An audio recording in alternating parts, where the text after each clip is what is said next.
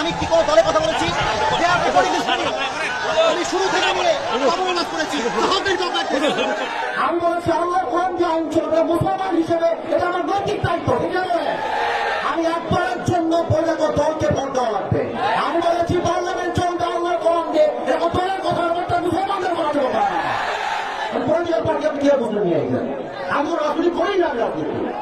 আপনি যদি আইন সহ্য করতে না পারেন আপনার ইমান থাকবে আসবো ভাড়া। আমি চাই আল্লাহর কোরআন দিয়ে দেশ চলবে, এটা কোনো রাজনীতি নয়, এটা আমার মুসলমান হওয়ার পরিচয়। তাতে এটা নারায় থাকে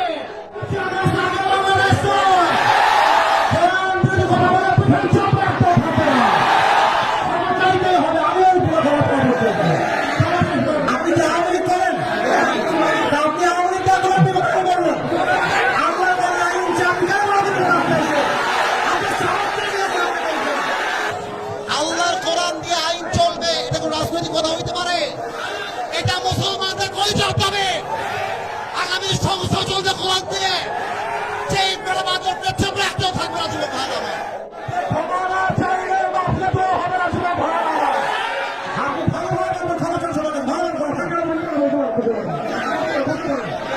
আপনি যে আওয়ামী করেন আপনি আওয়ামী বলবেন আমরা আইন চাপি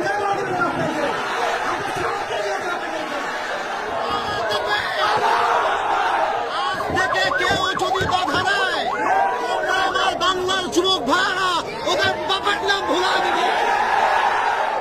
যেখানে যেই নেতা বাধা দিবে জুতা প্রাণে লাফাই দেওয়া হবে। আমি কি কোন দলের নাম বলেছিলাম, কাউকে গালি দিয়েছিলাম? দাঁড়ান, আমার ভূমিকার কথা শুরু হয়েছিল 3.5 হাত মাটির কবর দিয়ে। যুবক ভাইরা বলো, আমি এতগুলো আয়াত করলাম। আচ্ছা উনি আচ্ছা তোমরা থামেন প্রিয় ভাইরা, আমরা কোনো মারামারি চাই না।